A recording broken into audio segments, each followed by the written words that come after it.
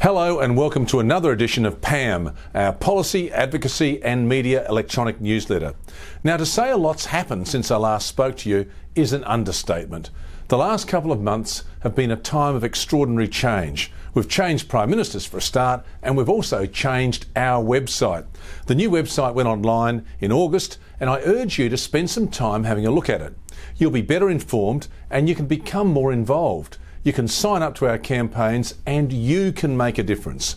Also, go to our news section. Just select the drop-down menu at the top of the page and click on In the News. And then you can catch up on what's been happening by hearing, seeing and reading all about what we're doing, fighting for you in the media. Now, you'll see the first campaign on our new website is about electricity pricing, and we've already had some big wins there. Now, Malcolm Turnbull, in his last days as Prime Minister, announced he would keep the energy supplement for pensioners. Now, that's worth $365 a year for a single pensioner and $550 for a couple. He also said that the government was going to adopt the ACCC recommendations to fix the broken electricity retail market. And the key action there is the one that we pushed for in our submission, a regulated default price. Now, this regulated default price will save every household hundreds of dollars a year. And by the way, we're going to continue to fight for indexation of the pensioner energy supplement. So let's hope that'll be another win for national seniors in the future. Our next campaign was the launch of the campaign to fix pension poverty. Now, the central push here is to take the politics out of the pension. We want an independent tribunal to set the rate of the pension, and we're working with the Benevolent Society, Australia's oldest charity, in the run-up to the election, and we're going to be targeting marginal seats. We've had a massive media coverage so far, and the new Prime Minister, Scott Morrison, after he took the job, announced shortly after that he would drop legislation to push the pension age out to 70. Well, National Seniors has been fighting against this move for 5 years. It was first raised in 2012 and it was put in the 2014 budget, so it's another big win. But now to perhaps the biggest news of all, especially for the most vulnerable and voiceless in our community, the Royal Commission into Aged Care. You can find information about this on our website, and it's also a way for you to share your personal stories. National Seniors supports the Royal Commission. I used to work at the ABC, and back in May I spoke to and wrote to Four Corners about elder abuse in aged care, and I quoted Minister Wyatt's own words from the Elder Abuse Conference in February, where he said abuse has gone unnoticed with eyes averted, ears blocked and accountability gone wanting. Well, if you haven't seen the Four Corners program yet, I urge you to watch it. It was one of the catalysts for the Royal Commission. We know there have been problems for decades, and those problems have been there under successive governments.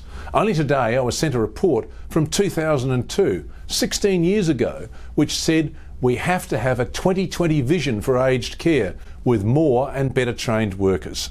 Well, at last a light is being shone on what is a dark stain on our society. National Seniors is going to work on your behalf to ensure your voice is heard. We're involved in the formulation of the terms of reference for the Royal Commission, and we've met with the Prime Minister Scott Morrison and the Minister for Senior Australians and Aged Care, Ken Wyatt, about these issues. The Royal Commission will run up to and beyond the next election, and it's clear the issues affecting you and all older Australians are now front and centre in the minds of politicians.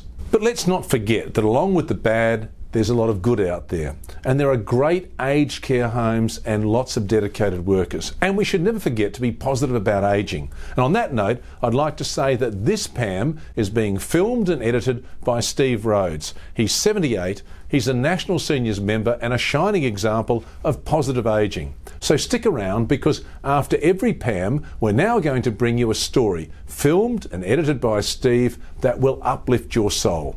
Until next time, from PAM, goodbye, good health and good luck. But now, let's meet John O'Hagan.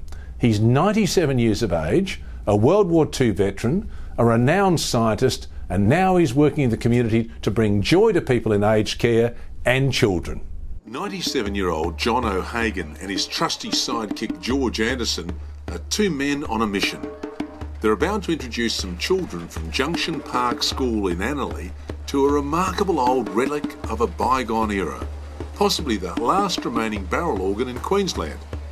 It was manufactured in 1865 and John found it languishing in an old shed at the PA hospital in a very dilapidated state.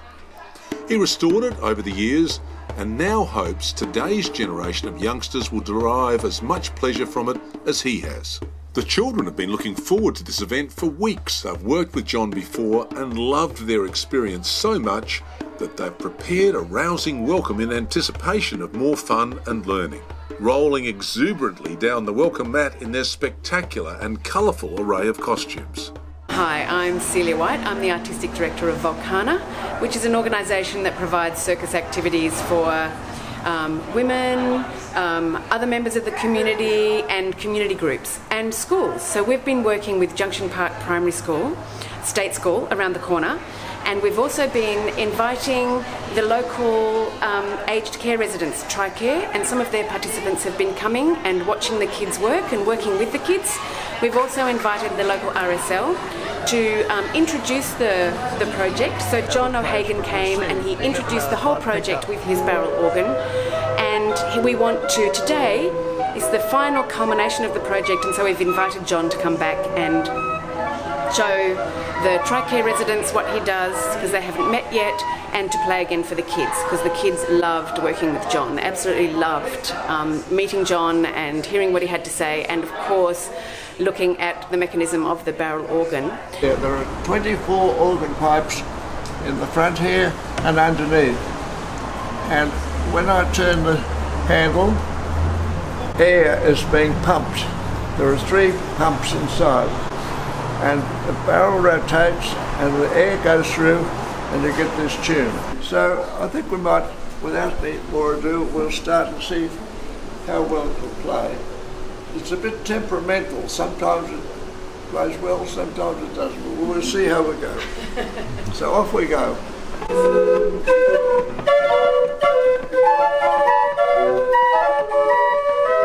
Even though the old machine was a trifle temperamental and slightly out of tune after the ride in the boot of John's car en route to the Annerley Arcade, its rousing refrain galvanised the children into action, and they launched into their repertoire of routines they'd learned at Volcana's kids' workshops.